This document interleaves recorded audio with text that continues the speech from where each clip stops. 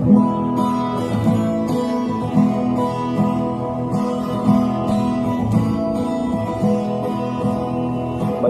makinig, matuto. Manood, makinig at matuto. May aral natin ang kwento ng bayan ko.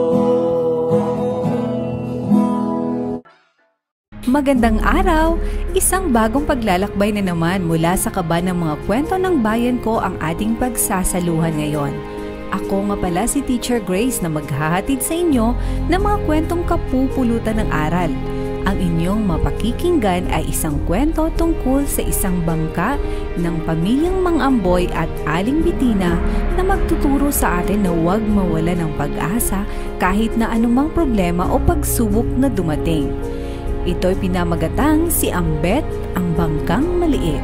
Isinulat ito ni Helen Grace Pepito Lamoste mula sa Dibisyon ng Kabadbaran City at iginuhit naman ni Ma D. Andres Osabel. Binigyang buhay naman ito sa anyo ng audiobook ng inyong lingkod, Grace C. Valenzuela, Ronald F. Ramirez at Ralph Anthony L. Geronimo mula sa sangay ng Sultan Kudarat. Handa na ba kayong maglakbay sa kaba ng mga kwento ng bayan ko? Halina't makinig! Ito si Ambet, ang Bangkang Maliit.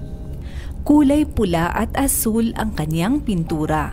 May malaking guhit ng araw sa dulong bahagi niya at nakasulat ang pangalang Ambet.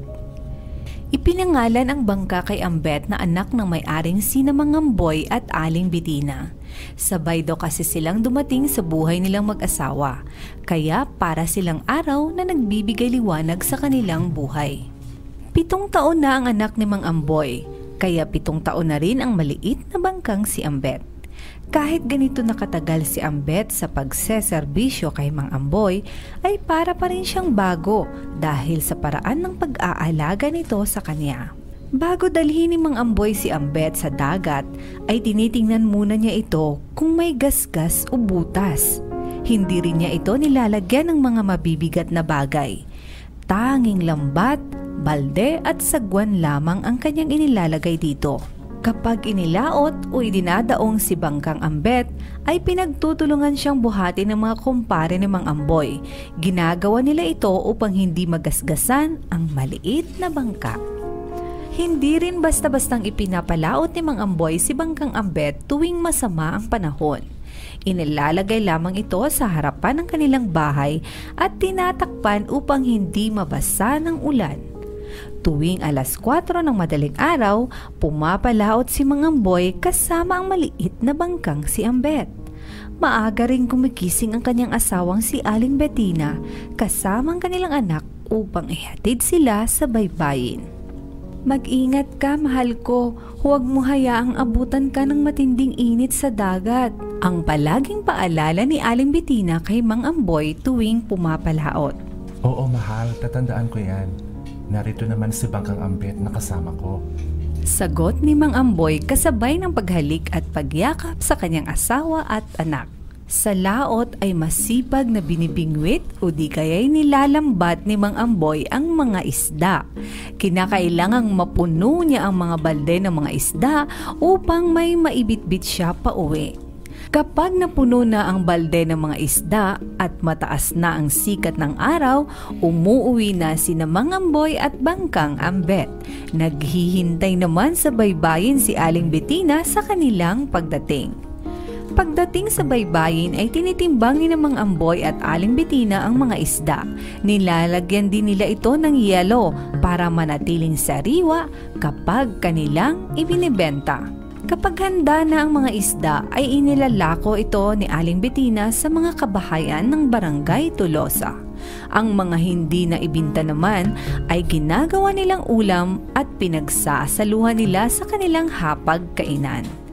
Simple ngunit masaya ang buhay ni Mang-Amboy. Kahit ganito ang kanilang pamumuhay, ay nairaraos din ang kanilang pangangailangan at pagkain sa tulong ng kanilang maliit na bangkang si Ambet. Isang umaga, nagtaka si Bangkang Ambet kung bakit tahimik ang kanilang paligid at tila walang tao sa bahay ni Mang Amboy. Nasaan na kaya si Mang Amboy? Bakit hindi kami nakapalaot sa dagat ngayon? Tanong ni Bangkang Ambet sa sarili. Isinugod pala ng mag-asawa sa Kabadbaran District Hospital ang kanilang anak.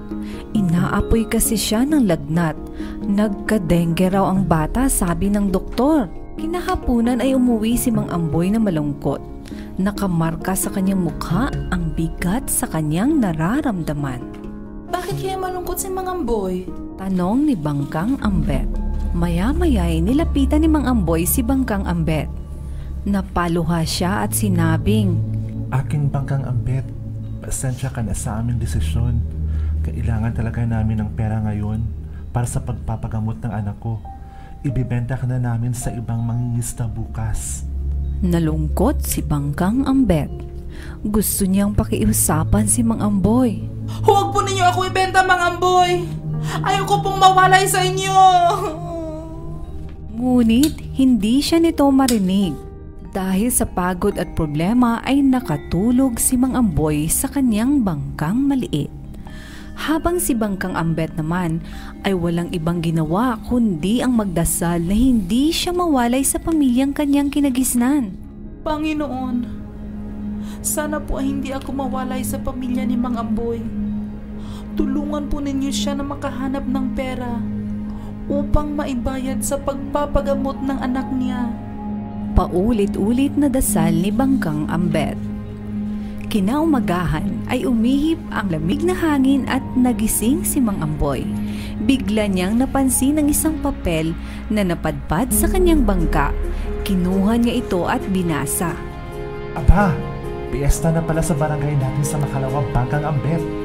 Mahal talaga tayo ng Panginoon at binigyan niya tayo ng paraan para magkapera. Dito, sasali tayo sa karera ng mga bangka. Sabi ni Mang Amboy. Laking tuwa ni Bangkang Ambet sa sinabi ni Mang Amboy. Dinala siya nito sa lugar ng paligsahan. Dito ay may mga nakapila na ring mga bangka na handang-handa nang makipagkarerahan. Sa pila ng mga bangkang sasabak sa paligsahan ay pinagtawanan si Ambet dahil siya lang ang pinakamaliit sa lahat. Tingnan mo ay yung sarili ang liit mo. Mananalo ka kaya sa amin? Pagyayabang ng isang malaking bangka. Oo nga, maliit lang ako. Ngunit gagawin ko ang lahat upang manalo para may pampagamot kami sa anak ni Mang Amboy at hindi ako mawawalay sa kanila. Sagot ni Bangkang Ambet. Bago nag-umpisa ang paligsahan ay nagdasal muna si Mang Amboy. Panginoon, bigyan po ninyo ng lakas ang aking maliit na bangka upang kami ay manalo. Nang pumutok na ang hudyat ng umpisa ng paligsahan, ay nagpaharurot sa pagpaandar ang mga bangka kasama na ang maliit na bangkang si Ambet. Nangunguna ang mga malalaking bangka at medyo nahuli si Bangkang Ambet. Ngunit hindi pa rin sila nawala ng pag-asa ni Mang Amboy. Patuloy pa rin silang humaharurot sa abot ng kanilang makakaya. Nang malapit na ang katapusan ay isa-isang nagsihinto ang mga malalaking bangka. Ang iba ay nawala ng lakas ang kanilang makina. Ang iba naman ay lumaki ang butas ng kanilang bangka at di kinaya ang pagpasok ng tubig nito. Ngunit sina Mang Amboy at Bangkang Ambet ay nagpatuloy pa rin sa abot ng kanilang makakaya hanggang sa marating nila ang dulo at sila ang itinanghal na panalo sa paligsahan. Sa huli ay gumaling at nakalabas na ang anak ni Mang Amboy sa ospital. Masaya na nagkukwentuhan ang pamilya sa baybayin kasama ang kanilang maliit na bangkang si Ambet. At siya nagtatapos ang ating kwento. Naway may natutunan kayo. Hanggang sa muli, paalam!